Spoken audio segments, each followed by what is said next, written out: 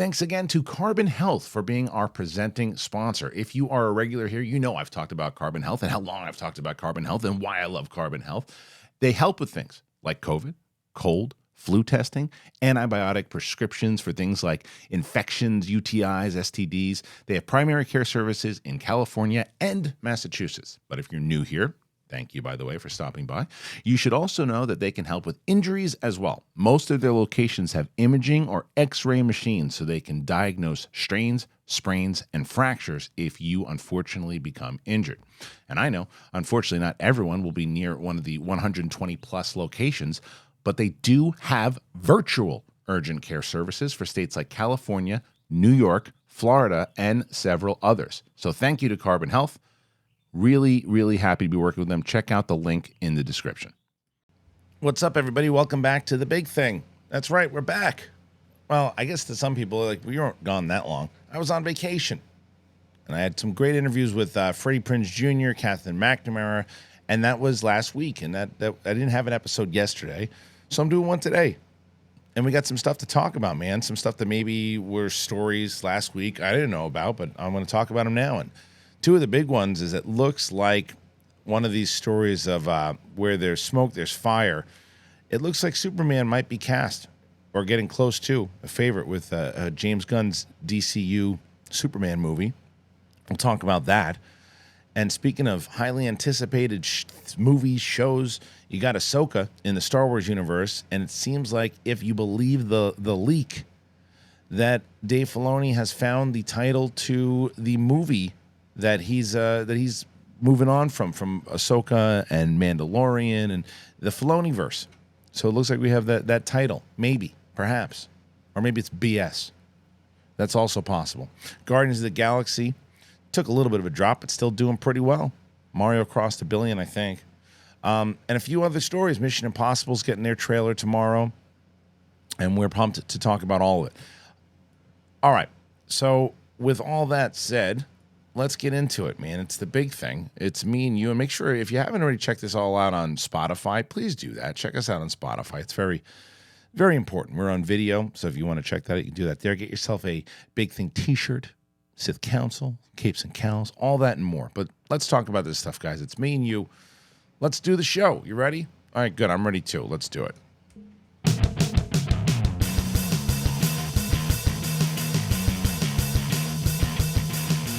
Welcome back, everybody. Excited to be back. In studio with you. Steph and Mike will be back on the show for Big Thing Sith tomorrow. Roxy and Brett back in on Thursday. Winston and Coy back in on Friday. So the crew's back. And we're excited to do it. I needed a little bit of a vacation. I was in Mexico, Cancun, with the family. My brother got married, so congratulations to my brother and his lovely wife.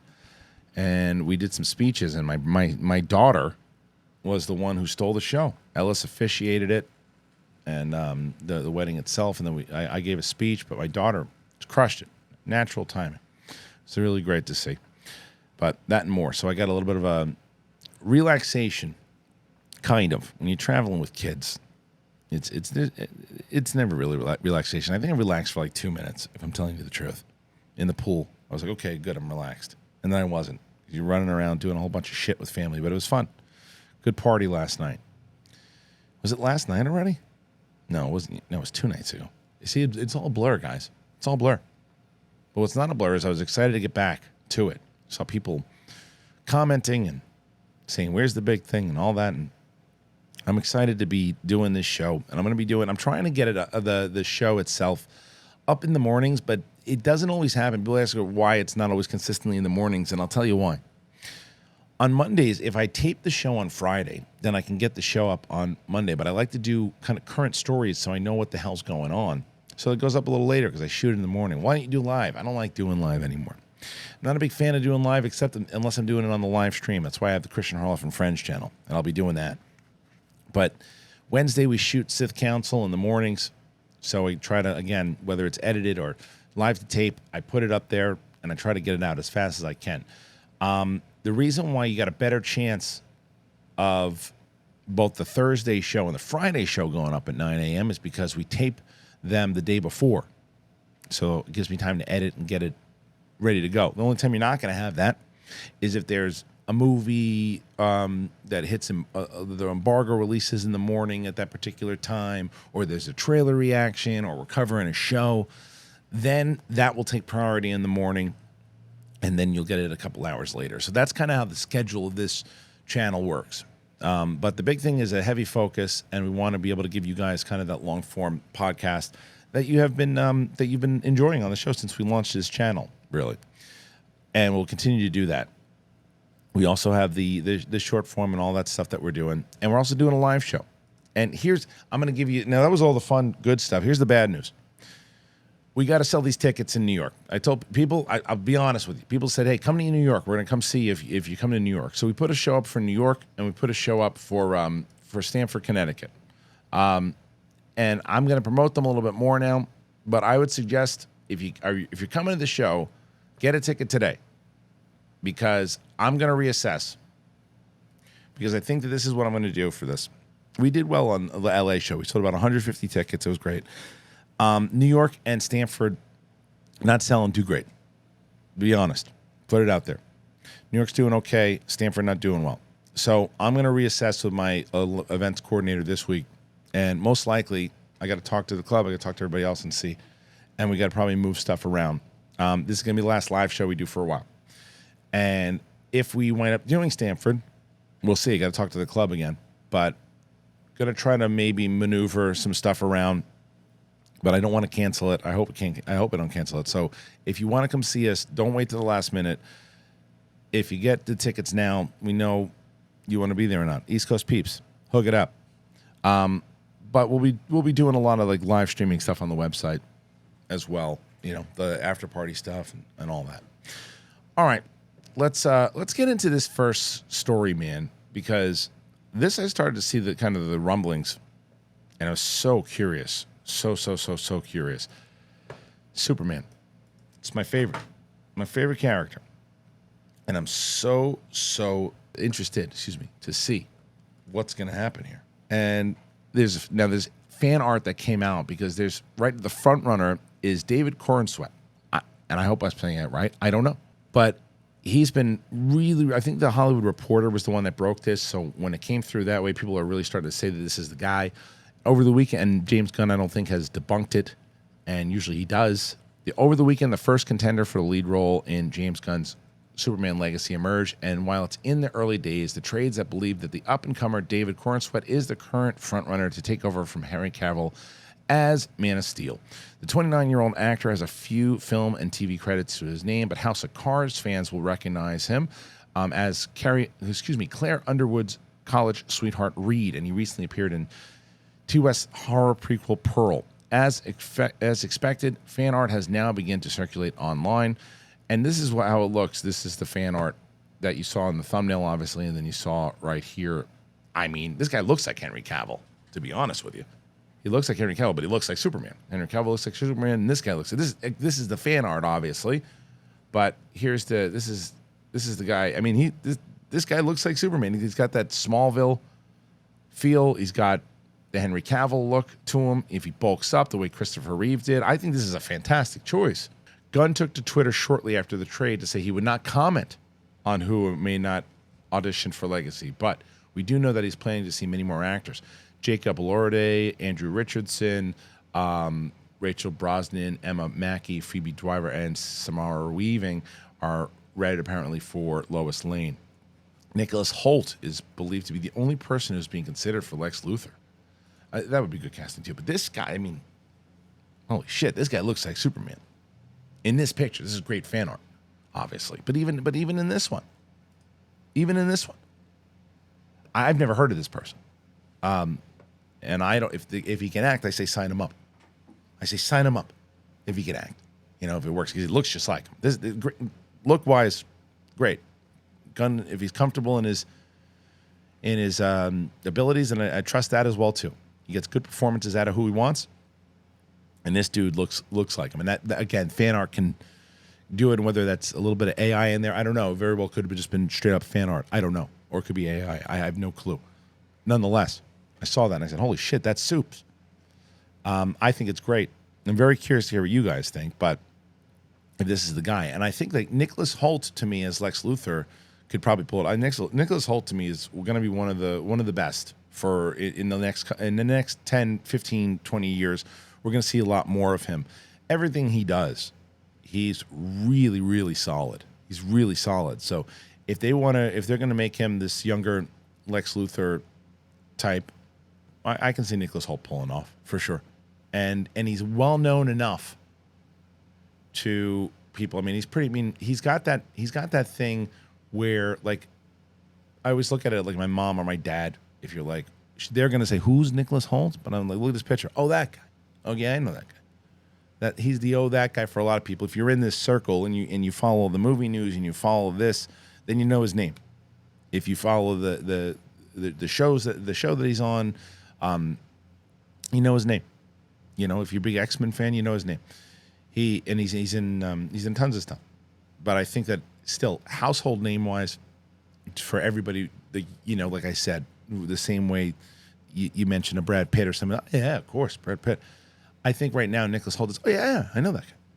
And he would be great.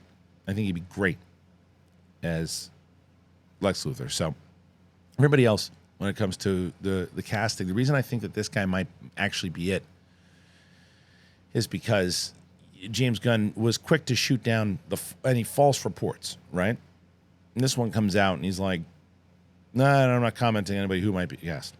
No, I'm not saying anything. I think they announced this guy at Comic-Con. And then that's the big reveal. Is that they say, okay, here's Superman, and here he comes. So I think that, once again, I'm not familiar enough with his work, so there is a part of me that I could wind up watching something that he's in and going, I don't know, that guy's got the thing. But it doesn't mean, but that still wouldn't be completely accurate for me to do or right for me to do, because I think I go back to when Winston and I were on Claire Live talking about what Roxy and I had said before he was even cast. It would be great, Robert Pattinson as Batman. And Winston's like, I don't know, the Twilight guy? I'm like, don't think about Twilight. Think about the Rover. Think about Good Times. Think about that stuff. That's what you got to think about. And so one performance does not make the actor or actress. Two performances does not make the actor or actress. It's what they have inside. Can they maneuver? Can they find that role that gets them to that spot? And maybe this is the role for this guy. And this is the way you got to do it. You got to cast the unknown. It's a good move if they're doing it this way. And like I said, unknown to most, not to those who watch the stuff that they're in. So what do you guys think? Is this guy the guy? Do you think that this is the guy? Do you think that we could see him as Superman? Does he need to bulk up? How tall is he? All that stuff. I don't know. I could look it up, but I'm not going to. It's going to take too much time. But man, got the look. He's got, and in this particular picture, like I said, he looks like Cavill. He looks like Cavill there, but he's younger, and that's what Gunn wanted to go with. So I'm very curious to hear your thoughts. I got to hear it. Am I wrong here to saying, he might look like him? And if he can act, he's not the guy. Is anybody feeling it? He's not the guy. I've seen him. He's not the guy. Or do you think that he could be the guy? I want to know. So there you go. There's that first story right off the bat. Excited that we have some potential. We got some news. Got some news here. I like it. Let's move on over to something else that I wanted to get into. Let's stick with James Gunn and let's stay with Guardians of the Galaxy. This is from Dark Horizons. The final actual domestic box office figures for the weekend have arrived, and now Marvel Studios' Guardians of the Galaxy Volume 3, it's defying expectations. The film ended up making $62.6 million this weekend, and that beat the original $60.5 million estimates. In fact, as a result, the film's second week drop sits at only 47%. That's a far better drop than the first two Guardians, which both fell 55 in their second weekends. I think that's word of mouth. In fact, it's the second best drop in MCU history, beaten only by the first Black Panther, 44.7, and on par with the first Thor, which 47.2. It also marks a reversal of fortune for Marvel, who's seen a lot of most recent MCU films suffer steep drops in their second weekends. Worldwide, the film is now at $539 million, and eyes towards the question as to whether the film can pass the first film's lifetime gross of $773 million or the second's $863 million. There's a good chance that it will, though the film is about to face off against Fast X and The Little Mermaid. Final box office tally was less rosy this weekend for Robert Rodriguez's $65 million budget. Hypnotic, I didn't even know what that was. I'm sorry, I'll be honest with you. Which ended up pulling in just $2.35 million. I guess it just shows you the marking on that movie. It's harder to make movies like that. It's harder to get box office on movies like that. It really is right now. I'm telling you, it's great that the theaters are starting to put in more movies that people can see. I know we're talking about Guardians here, and it's a Marvel movie, but there are other movies out there that are doing good box office and people want to see, and horror movies and animated films, and the box office and the theater is starting to bounce back. But streaming has changed the game of what people are going to go see in the theater. It really is. I was just talking about this. Who the hell was I talking about this with recently? We're talking about Air. And we're just saying, they don't give a shit. That movie, they don't care that movie didn't do that well in the theater. That wasn't the deal. The deal was, okay, let's put it in the theater. Also, our deal's with Amazon, and we're going to put it on Prime. It's like there's no mystery as to why that movie is already available on Amazon Prime. It wasn't a day in release. It was, let's just wait. We'll see how it does in the theater. We made a little extra money on it, fine, but we'll put it on Amazon. It's an Amazon Prime movie, but we'll get some money in the box office for it, and we'll put that towards it. It does well, great. If not, nonetheless. So there's a couple exceptions when you're doing it that way inside of the deal when you're prepared for it, but there's movies like that just not delivering on the smaller movies. There's not in the theater. It's harder. But talking about Guardians of the Galaxy Volume 3, I will tell you that the word of mouth definitely helped that movie and having that kind of drop off, because I think people were beaten down a little bit from the Ant-Man Quantumanias and the Thor Love and Thunder and Doctor Strange. And I know some people like the last Doctor Strange, but those three movies, it wasn't as consistent as this one. A lot of people who see this movie in the theater go, the third Guardians, that is, are going, this is a really good movie. And it's got a lot of good emotion, and it really plays.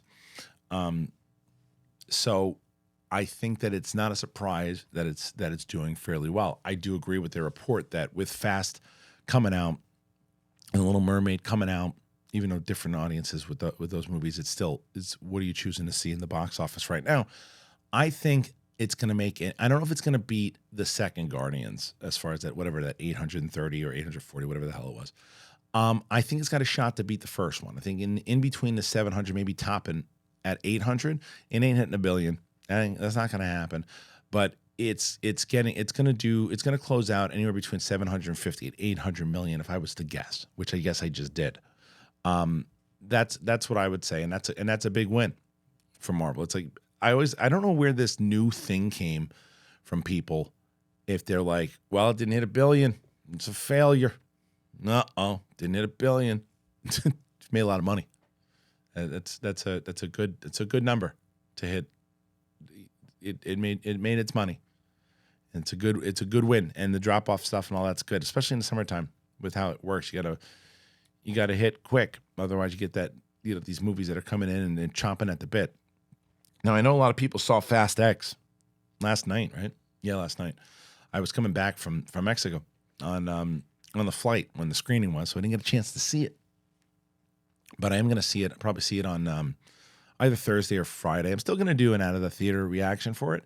I was having a conversation with a few people, and I'm curious what you guys say. So if you can comment on this particular question, I would appreciate it. If you're watching on YouTube, if you're listening on audio or Spotify, I understand if you can't. My question is, if I have an out of the theater on like Thursday or Friday when the movie comes out, does that make it any less watchable for you guys? Or do you, if you watch the out of the theater reactions, because it seems to be the thing that people like the most on this channel, are the out of the theater reactions. If I put it out on Thursday or Friday, do you give a shit? Or does it have to be earlier, or why bother? I'm generally curious, because my opinion is if you're watching those out of the theaters, for me, it's like almost like the review. So I was like, I don't care as long as if I haven't seen it yet, or maybe even I have seen it, I'm curious to what your opinion is. So yeah, I want to see the out of the theater. If it's earlier, that's great because it gives me a little more time to prepare. Maybe I was going to see it, I wasn't going to see it, I was going to judge on my own, all that stuff. But I want to hear your thoughts on it. So a little earlier is better, or it's the same thing. I feel the exact same way, but I just saw the movie and now I'm curious to see if we line up and we're on the same page. Is that I'm curious to see if that's the case for you guys. Let me know. I'm very curious, but that's the box office at the moment. And yeah, I'm wondering, it's funny. People are going to say, you sound a little hoarse. Yeah. With speeches and all that and air conditioning in the hotel room. And I think it got to me a little bit. And there was something I was missing while I was there. You know what I was missing? I was missing my athletic greens. I was missing it, guys. I missed my athletic greens. And I love them so much. I love athletic greens. You guys know that I love athletic greens. I use them every day, and I missed out on them, and I paid for it. Because you get better gut health, you get increased energy, you get the immune system report. I'm not a vitamins pills guy. I've just never been. And I take it all the damn time, and I forgot them. And I was upset. Because I don't like that supplement routine that comes with a bunch of different products. It's just hard to do it because I don't know which ones to take, and it's confusing. When I take athletic greens, I knew quick. It's so easy. I put it in a water bottle, I shake it up, and that's it. Why do you want to take a bunch of different things? You just mix 1 scoop of powder in water once a day, and that's it. And AG1 was designed with ease in mind so you can live healthier and better without having to do a lot. It's awesome. It's the best. It's also the all-in-one formula that makes it so easy. You mix it up, you shake it up, I'm done. And I just sip on it. It tastes yummy. I always thought it was going to taste like garbage. It doesn't, because it looks green. You're like, this isn't going to taste good. It's going to taste like grass. It does not. It's got a fruity taste to it. I like it. AG1, and it's delivered to you every month. Very easy to make it a daily habit. And I love everybody who's been writing me and telling me how much they enjoy it. Please do that, because if you're looking for an easier way to take supplements, Athletic Greens is going to give you a free 1-year supply of vitamin D and 5 free travel packs with your first purchase. Go to athleticgreens.com/bigthing. athleticgreens.com/bigthing. Check it out. I love it. I love it. And it's back in my life now since I got back. Please let me know, though, when you do sign up. People have been doing this all the time, and I appreciate it because I always forward it over to Athletic Greens, or they tag them. Tag Athletic Greens on Twitter or whatever it is, and let me know what you're thinking, if you like it. Helps out the show tremendously. So make sure you do that. Check out Athletic Greens. Let's move to this Filoni story, man. I got to talk about this. All right, this one is from Comic Book Movie, and this is their report. They said, if a new rumor is to be believed, the title of Dave Filoni's Star Wars movie has been revealed, and it's going to make fans of Timothy Zahn and the expanded universe very happy. Check it out. I would warn people that if you don't want to know the potential title of the movie, then to bail. But, I mean, it's a title. Who cares, right? The Star Wars sequels remain incredibly divisive among fans of the franchise, but the work done by Favreau and Filoni on Disney Plus has received a far warmer response. Taking place roughly 5 years after the events of Return of the Jedi, The Mandalorian and the Book of Boba Fett have explored the earlier days of the New Republic and what became of the Empire after Palpatine and Vader's respective defeats. Ahsoka Tano was introduced in live action. We learned that she was hunting Thrawn, the villainous Grand Admiral who vanished at the end of Star Wars Rebels alongside Ezra Bridger. Since then, the former Jedi has landed her own series, which will see Lars Mikkelsen reprise the role. The expectation is that the show will lay the groundwork for Filoni's eventual movie, where Thrawn will be the lead villain. And the title has seemingly been revealed. So once again, if you don't want the spoiler, move on. According to one trusted insider, it is going to be called Star Wars, Heir to the Empire, borrowing that name of the Timothy Zahn novel that first introduced the villain. Thrawn was also referred to as Heir to the Empire in the Ahsoka trailer, so maybe not much of a shocker. Filoni intends to put his own spin on it. It's interesting to ponder what he will borrow from the author's trilogy. If Luke Skywalker is part of it, will Mara Jade and Joruus C'baoth be far behind? And then there are new characters, Eli Vanto, Arliani. All signs point to Thrawn making a play to rule the Empire, but how that leads to the rise of the First Order and Supreme Leader Snoke remains to be seen. All right. There's a lot here, guys. There's a lot. Now, I happen to think And there have been rumblings that Filoni himself is not a massive, I shouldn't say massive fan, but doesn't really pay attention to the canon stuff in the books. Like, he's not going to say, well, that Thrawn needs to be like that, because that's the way the book is, and we have to follow that canon stuff because it'll go away from canon. I don't want to disrupt. He doesn't give a shit about that. To him, canon is books.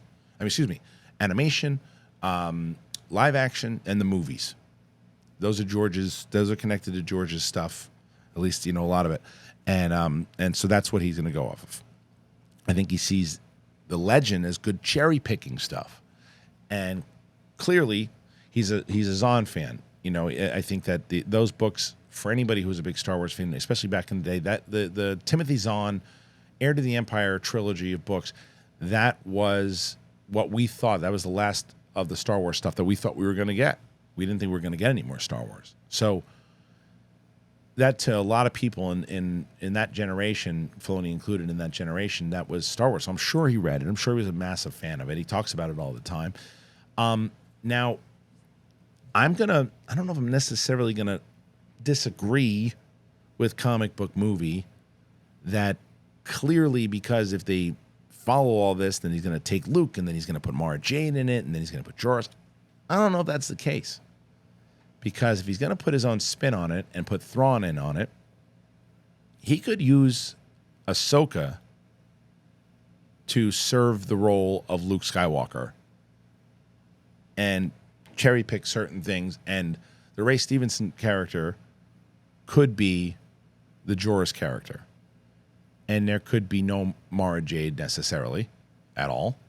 And the Ray Stevenson character and I guess and Arliani could serve as Thrawn's pawns, if you will, playing the role of what Mara Jade was. If I was to guess, because unfortunately Star Wars has a predictability device that they do, and they redeem everybody all the damn time, and it's never a surprise anymore. And you knew Reva was going to get redeemed. You knew Kylo Ren was going to get redeemed. Arliani is going to wind up turning on Rey, I'm sure. She's going to wind up turning good and helping everybody out. It's just how it always goes. I hope that I'm wrong, but it just seems like that's what always happens, and they're going to want to redeem. I would assume they're going to want to redeem her. Maybe I'm wrong. We'll see. But that being said, it seems as if they might serve that role that we're not going to see. There is going to be no Mara Jade. Unless, she pops up in this particular movie, which could also happen. The Luke Skywalker side of it is interesting. Very interesting, because I happen to think you need Luke in this movie. People are going to say, no, you don't need him. You don't need him at all. And you're saying that from those people who are saying it from a place of, let's get away from Luke. Let's get away from that aspect. You can't get Mark Hamill. I'm not a big fan of the deep fake stuff. I don't think that works. Sure. And you might have your arguments that you feel are valid inside of that, and I think that's fine and fair. But my issue is less about that and more about the marketing side of it. And I've said this a few times.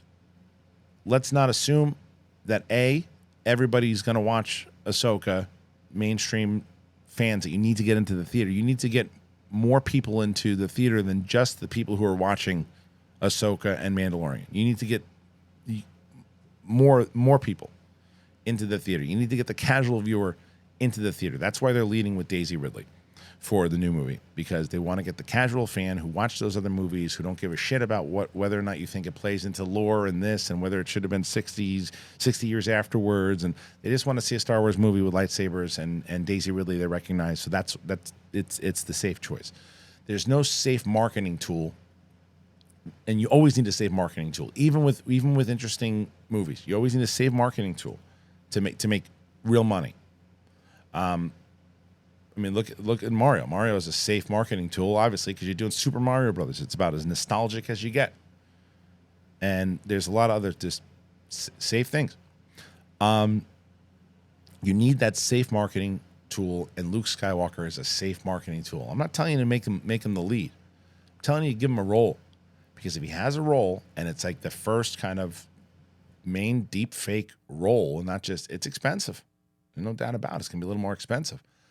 But that's how you get people into the theater, the casual fan, especially those people who read Heir to the Empire. And that's probably what they're going with. Why, if they do choose this name, why they're going with this name. For those people who read the book, who maybe don't catch up with all this Star Wars stuff that's going on today, and they're like, oh, they're making an Heir to the Empire movie? Because even though it's going to be different, it has an audience.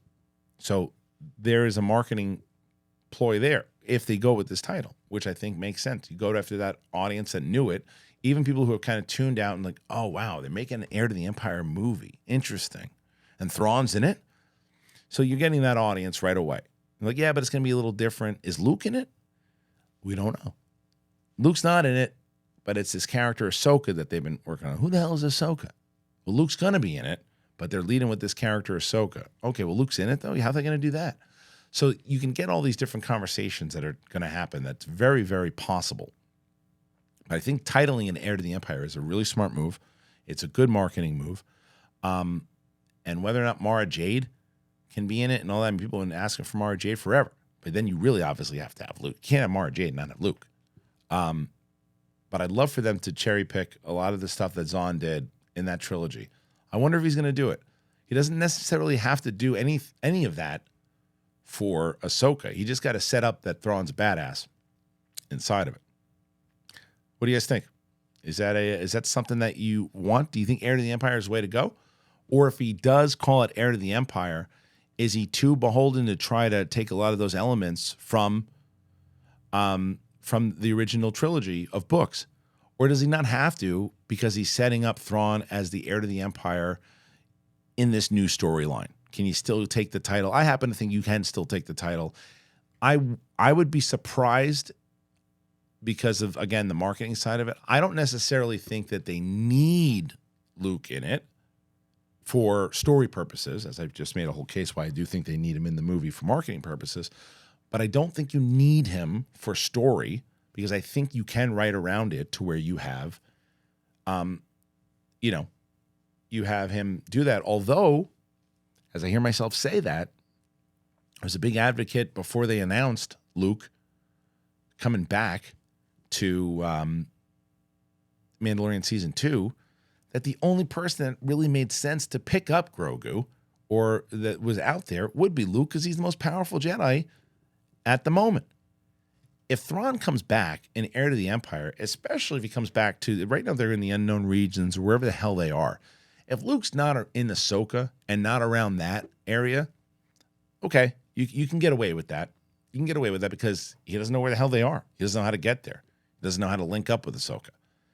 If they're back into the galaxy that we know and everybody's fighting Thrawn and Luke's not fighting him at that point, he's not off on a Bactu or whatever the hell he is. What's it called? Octu.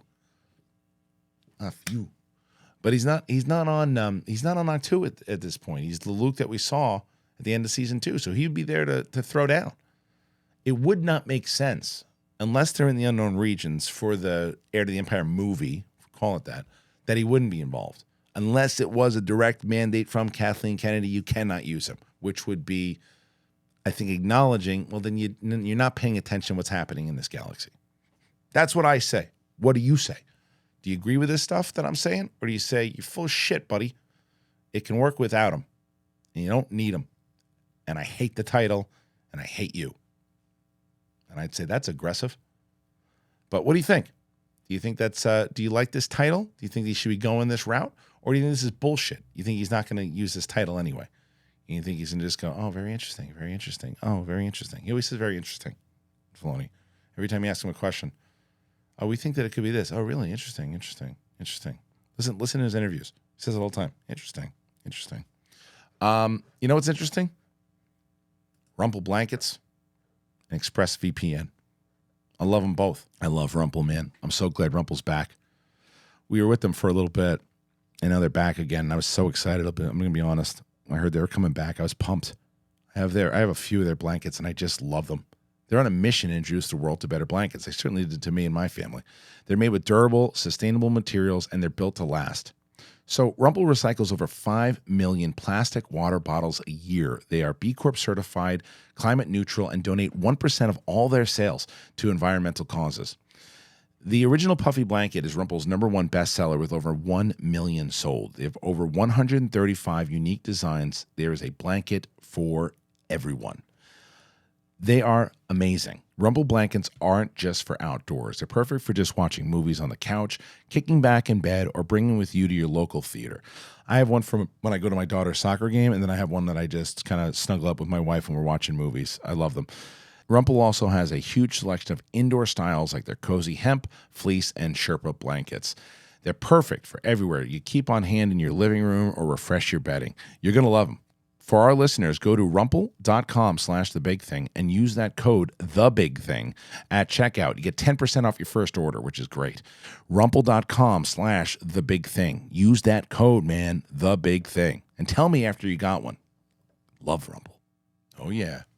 EXPRESSVPN, baby. EXPRESSVPN. Every time you are connecting to an unencrypted network, whether it's a cafe, a hotel, airport, any hacker that is on that same network, they can gain access to your personal data just like that. It doesn't take much technical knowledge to hack someone. You just cheap hardware is needed. A 12-year-old, my daughter could do it.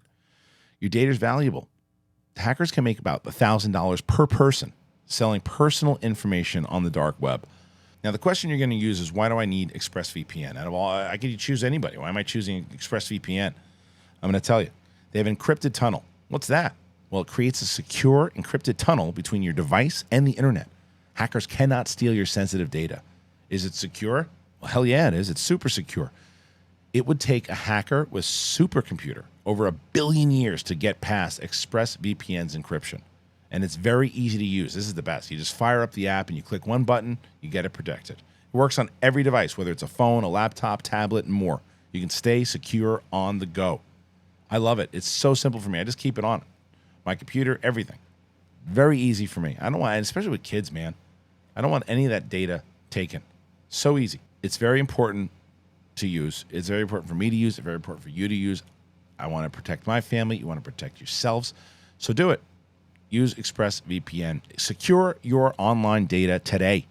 Visit expressvpn.com/thing.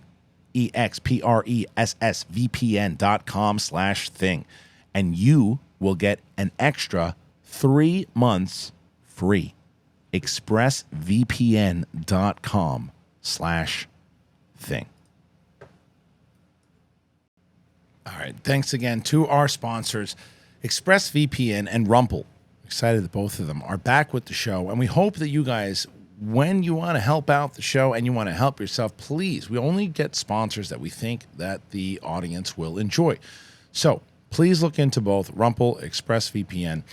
We appreciate you very, very much. And let's get to this story. I wanted to cover this one because this is interesting to me. There's a new report now. This is, again, from Comic Book Movie, and it says that the Transformers Rise of the Beast tracking points to the movie being another noteworthy box office flop. We finally have some early box office tracking for Transformers Rise of the Beast, and all signs are pointing to the latest installment of the franchise being another noteworthy flop akin to Shazam! Fury of the Gods. Interesting. June promises to be an interesting month for blockbuster movies, kicking off with Spider-Man Across the Spider-Verse before Transformers Rise of the Beast rolls out a week later. Then The Flash will follow, and there's a lot of intrigue surrounding how each of these movies is going to perform. Today, over at Box Office Pro, they have shared some early tracking data for the next Transformers at the North American box office, and the first meeting of the Autobots and Maximals in live action currently looks set to underwhelm. While there's been a lot of interest in Rise of the Beast trailers from longtime fans, that might be the only thing that it has going for it. 2018's Bumblebee had legs, grossing $127 million domestically and $468 million worldwide. However, that was down 68% from the franchise's peak with Revenge of the Fallen in 2009, a movie which earned $402 million in North America. However, the site explains the early tracking and pre-sales have put Rise of the Beast in line with Shazam! Fury of the Gods, Morbius, X-Men Dark Phoenix, and Terminator Dark Fate. Wow, that's dubious. That's dubious company to be in. And Paramount Pictures won't be happy with those estimates. 30 million, 40 million opening, and predicted 61 million, 90 million lifetime gross. The next Transformers movie being sandwiched with Spider-Man and The Flash obviously isn't helping, and this won't be the fresh start the studio was looking for. It will also mark another noteworthy disappointment for the studio after Dungeons and Dragons underperformed. Did it really? This is a surprising report all the way around for me. Okay, so I'll be honest. Like when I heard that they were doing Transformers, I thought, and you can even look at my initial trailer reaction, I thought that Michael Bay was directing it, and I said, "Oh man, no, I don't want to see this." It's like you still fooling me with every trailer for Transformers has looked good. It just you get Michael Bay. I think that, and this is what some people might say. Well, once you had Michael Bay stop directing, they don't do as well. Well, I mean, obviously the numbers say were the one before Bumblebee, it started to decline. I think the exhaustion of all of the Michael Bay movies hurt Bumblebee, and also not having Transformers in the title. I know Bumblebee still did almost $500 million, but still, it still hurt Bumblebee of what it could have made. Had it said Transformers, Bumblebee, I think you would have made more money, part one. Part two, I think people were exhausted and thinking it was going to be another Michael Bay movie, and people don't look into the directors. The casual fan does not look into the directors. They just see the movie, and they go, I've had enough. I don't need any more. Oh, yeah, but Michael Bay isn't directing it. It's going to be different. They don't care. To them, a lot of times, I hate to tell you, people are they don't know who directs the movie a lot of the times. We do. We pay attention to it. People don't pay. Not everybody pays attention to it. You asked a lot of your casual movie fans who directed some of your favorite movies. They're not going to get it the same way you are. And I'm talking to you because you're watching a show like this because you care.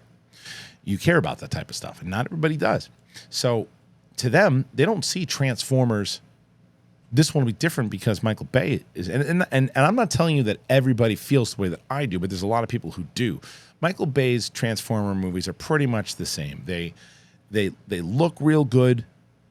They are great in CGI. The Transformers look amazing. The sound is fantastic. It's loud, but it's empty, and it's gratuitous, and it's slow motion city, and you can tell that they're directed by him, and there's so much going on, and they spend too much, and there's really bad jokes, right? And I think that way, like what was that one, The Last Night or whatever the frick it was called, with the frickin' Stanley Tucci as Merlin, and oh my god, that was horrendous, and the jokes are just so shit high, I say. The Travis Knight one is, to me, the best live action Transformers movie that was made. Now, when I found out that Stephen Cable Jr., who directed Creed 2, was directing this, my hopes went up, and I'm actually anticipating this one now. I'm excited to see if Transformers can be pretty good, and this is what I feel is going to happen. I feel like this is going to be a really good movie that eats shit, because the tracking is never that far off. And, you know, sometimes they'll be off 10, 15 million, but even if it's off 10 or 15 million, that's still putting it in Shazam and Morbius category. Ouch. This is crazy. I thought this was one of the ones that people were looking forward to. It does, again, as I was saying in the beginning of this episode, it shows, and not to the same, I guess, the same thing I was actually referring to, but it just shows how much the theater going experience has changed, because in 2007, if this movie comes out, it does well. In 2013, it does. I bet you it does well in the summer season. They're not wrong. We're being sandwiched in between both Spider-Man and The Flash, and then Indiana Jones. You know, it's not that, like, it's more expensive, and for someone who wants to take their family to see a movie, you've got 4 movies to choose from. Because it ain't easy to, and just to walk in the park to go, yeah, we'll see 4 movies. That's depending on where you live in the city, or in the city. Living in the world, that is going to cost you a lot. Let's say for the family of 4, and you're going to see 4 movies in the same month, that's a hit. So you want to make sure it's worth it. And you're putting those 4 movies against each other. The Flash, with Michael Keaton coming back as Batman, that's going to rank up there. If you're a big Indiana Jones fan, that's going to rank up there. If you loved Spider-Man as much as everybody else did, Across the Spider-Verse, Into the Spider-Verse, Across the Spider-Verse is going to be up there for you. Transformers is going to rank last. So that's what's happening. It's ranking last with a lot of people. And when those ticket sales go on and people start tracking, those other three movies are going to track heavier and higher than these. So it really isn't as surprising as maybe I thought it was, but I don't know. I'm just thinking of summers past, and it's like it didn't really matter. There was always an audience for one of these movies. Not the case. That's got to be disheartening to someone like Stephen Caple Jr. too, because not the second, just also because he gets another big movie in a franchise that he gets to do. It's probably going to be pretty good, I would assume. He's a good director, and then you get these tracking numbers. Oh, that's got to be a pain in the ass. And it's not anything to him. I hope this is a great movie. I really do. I hope it is a great movie because I hope that he gets the love for it in the same way like Travis Knight got the love for, right? Very, very curious, by the way, on that Dungeons and Dragons thing, though. Let me see. Dungeons and Dragons. I'm going to go box office mojo here. Let's see. How much did it make? It made, well, shoot. How much did it cost them? What was the budget? It only made 203 worldwide. That's not great. How much did it cost? Dungeons and Dragons, Honor Among Thieves, budget. Let's see. The budget was 150. Didn't do well. That's a shame. That's a good movie. That is a shame. And Paramount, that's a shame because especially if Transformers does well, not does well, but if it is a great movie. If I'm Paramount, I'm gonna be sad because you're making two good movies in a franchise and nobody wants to see them. That's got to be disheartening. That's disheartening. That's disheartening as it does kind of go against my theory that people want to see things other than just comic book movies. Because if it turns out that The Flash and Spider-Man do really well and Indy does okay, I hope Indy does well, then it's really going to take that theory and throw it in the shitter. Are comic book movies the only fucking things that can do well? I mean, people with Avatar, Top Gun, horror movies. I know, but I'm just saying like that. This will be an interesting take to see. Yeah, man, I'm more bummed that Dungeons and Dragons didn't do better. It's a good movie. I saw it afterwards. I saw it in the theater. I contributed to that to the box office, but man, what do you guys think? Are you excited to see Transformers, the new one, or are you part of the I don't give a shit? I'm not going to see it. The other three are the ones that I'm going to see, or are you going to see all four of those movies I told you about? That I told you about. You didn't know about them until I told you. I just told you about them, and now you know. If it wasn't for me, you wouldn't know that Michael Keaton was coming back. Yeah. Do you think about that? Yeah. That's right. That's what I say. I'm sticking to it. All right, we're going to do a shorter show. It might be a longer show. I don't even know anymore. I can't tell. What is time? Let's do this last one, though, because I want to talk about it. Michael J. Fox says he's at peace with the idea of Back to the Future getting a reboot someday. This comes from Dark Horizons, by the way. The actor has been out promoting his new Apple TV feature documentary, Still, which deals with his battle against Parkinson's disease, which he was diagnosed with in 1991 when he was at age 29. That film premiered on the service on Friday.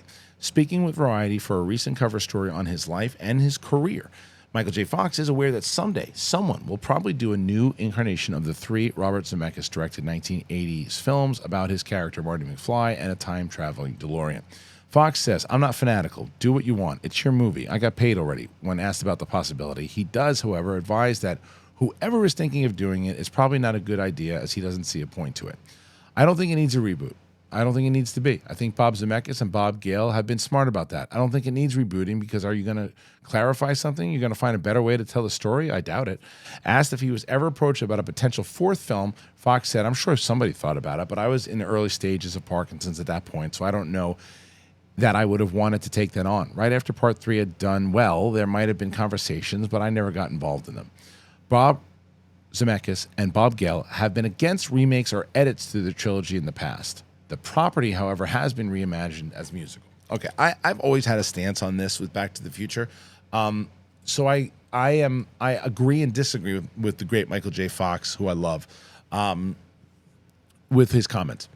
His comments of the remake version of it, of what are you going to do? You're going to tell the story better than we did, basically was what he was saying, but in a less arrogant way. I agree with. You don't remake that story. You don't recast Michael J. Fox. You don't do Marty McFly again. You don't have to.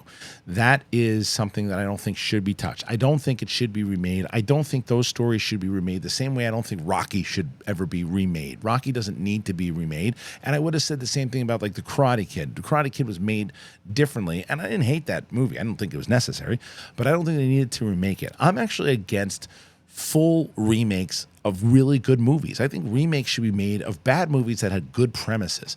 However, reboots and continuing stories inside of a franchise to further the franchise can work. They have worked.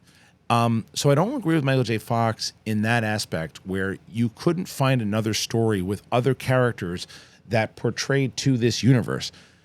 Somebody else found the DeLorean at another time. It's time travel. There are different things that we've also found out. I actually don't even think that the Marty McFly if you really want to go, you want to make me happy with my time travel nerdiness, I think that Marty McFly rather, when he came back in the first one, he was living in a different timeline because none of that would have happened for him in all that stuff when he came in. He would have been living in a different timeline.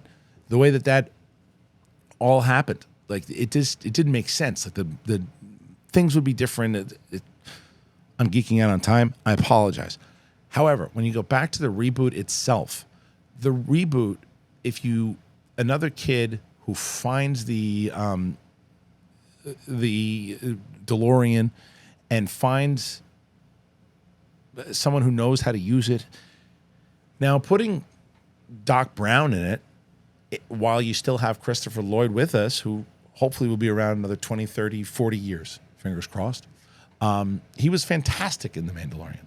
I didn't think that Jack Black and Lizzo should have been in that episode, but I thought Christopher Lloyd was fantastic. And I'd love to see him back, not even in a full role. Someone that maybe can pass down what he learned to another person who understands time. It doesn't have to be another kooky scientist. I mean, a different type of scientist or someone else that can help with the kid himself or whoever it might be.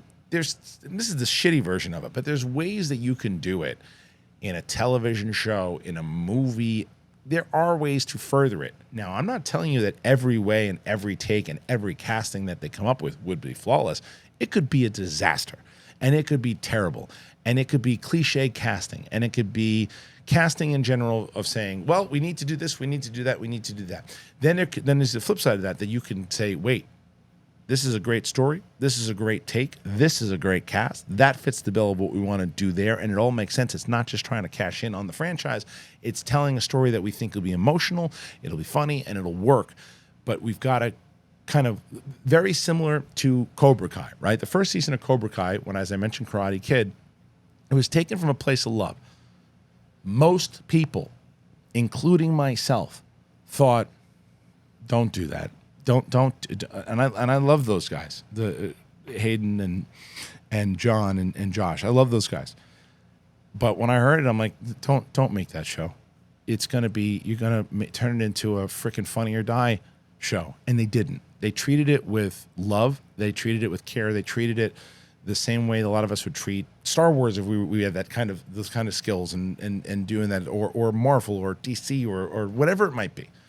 And that's what they did with Cobra Kai. So to say that it couldn't work and you couldn't do it in general, I don't agree with it, because there's someone out there that can make it work. It doesn't mean that it will work. It just means that there's someone out there that can do it, and if the story's right, it can happen. People will be skeptical right away, the same way they were skeptical with Cobra Kai, the same way they were skeptical with casting of Heath Ledger or Michael Keaton. People will always be skeptical because it's a thing that you love that didn't need to be touched inside of your mind, so you thought. If the story is there, it can work. So I don't agree with that. I think with time travel, you can make that some kid coming across the DeLorean, finding the DeLorean, or somebody else finding the DeLorean and going back in time to see what they can do and discovering it. It absolutely can work the same way that apparently I didn't watch it, but I heard the new Quantum Leap works, and that's a reboot. That's not a remake. It's a reboot. And from what people say, people really liked it. So remaking, I don't. And people are saying Tom Holland as Marty McFly. To me, that's unnecessary. And you probably would. And Michael J. Fox is correct, where you're not going to be able to remake the better version of it. And maybe that's ultimately what he meant. Maybe he meant just a full-on remake. And if someone then followed the question of, well, what if, they did like a continuation where somebody else found the DeLorean and did that? You don't think that could work either? Who knows what his thoughts would be there? I don't know. Maybe they did ask him that. But I think people sometimes automatically, when they hear reboot, they think, oh, do it all over again, recast, get somebody else as Marty, get somebody else as Doc Brown. And if that's only what he was referring to, then I agree with him 100%. What do you think? Do you think that no thank you, no reboot, never touch it? We don't need a movie. We don't need a television show. We don't need another DeLorean. The 3 movies are fine the way they are, and that's all I need from Back to the Future ever. Or are you like me? Do you say, no, you can make it work, but you got to find the right take? Really want to know your thoughts, guys. Let me know. All right, that's it. I think that's it for today. Sorry for getting the show out late. I know I said I was going to try to get it out in the morning, and a lot kind of come up today that I was trying to catch up on. So I'm trying to piece it all together, and hopefully you got this episode. You're watching it. You're liking it. Let me know. Let me know also if you're brand new to the show. Trying to get a lot of people, new people that I try to comment back to, talk to, get you more involved. If you're brand new, again, giving you a breakdown. Sometimes I do these solo episodes, but a lot of times, especially on Wednesday, Thursday, and Friday, on Wednesday, I'm joined by Steph Sabra and Mike Kalinowski. On Thursday, I'm joined by Roxy Stryer and Brett Sheridan. And then on Friday, I'm joined by Winston A. Marshall and Coy Jandro. So that is usually the schedule. And on Monday, a lot of times, like a lot of my special guests will drop, like when we had Katie Sackhoff and Freddie Prinze Jr. and just Catherine McNamara.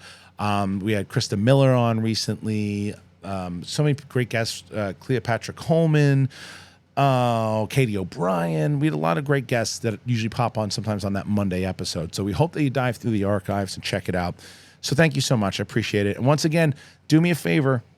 If you're in the East Coast area, buy that ticket today, because I don't want to cancel these shows, but I just financially it doesn't make sense for us to go if we're only going to perform in front of a handful of people. And I get it. You don't want to go see the show. You don't want to see the show. I'm not forcing anybody to do it. I'm just saying, if you want to see us, buy your ticket today, especially for this one, because I don't want to, because the New York Comedy Club is being so great to us as their new location at Stamford. I don't want to book out a show that they could be booking a bigger show out and making some cash for. So right now, and I really want to do a show with Martin and Corey, but at the moment we've sold like 20 tickets. I'm just gonna be upfront with you, and it seats like 200 or 250. So we're trying to get this thing sold out. And if you can do it, you want to buy the tickets, get the tickets today. Come see us. And if not, totally get it. Totally understand. No pressure on anybody. I just think that we're probably going to do these the after party shows where we'll have everybody in here and do some streaming. And as the show grows, I might have been a little ambitious with trying to do live shows right away, because we've just hit 77,000 subscribers on the channel in the course of about a little over a year and a half, which I'm very proud of. But I think that we still need to build a little bit more before we take the show on the road. That's what it's proved to me, because I don't want to have to fight for sold out crowds. I think eventually, as we build up the show and more people are trying to figure out who we are, because if you're a brand new subscriber and you live in New York and you don't know who the fuck I am, you just said, oh, I like this guy reacting to the Evil Dead thing, so I subscribed, and then I watched him do this and I checked it out, but I don't want to go watch. I don't know anything about him. I'm going to go watch him do a live show. You haven't spent enough time with me. You haven't spent enough time with my crew, so I have to realize that it's like things you have to learn as you listen to the audience, and that's what I'm learning. But once again, if you're able to, get those tickets, because I don't want to cancel the Manhattan show. I really don't want to. But again, we've got to get those tickets sold. So hopefully you do it. We'll see you. We'll see you soon. And if you haven't already done it, hit that button. Help us get to 100K. We're getting there. Thank you guys. Thank you to Carbon Health today. Thank you to RUMPL. Thank you to EXPRESSVPN, and of course, the Great Athletic Greens. So I appreciate you guys joining me on the show today. Check us out on Spotify. Check our shirts out at TeePublic and all that and more. You guys are the best, and we'll see you on the flip side. Thank you for joining us on The Big Thing.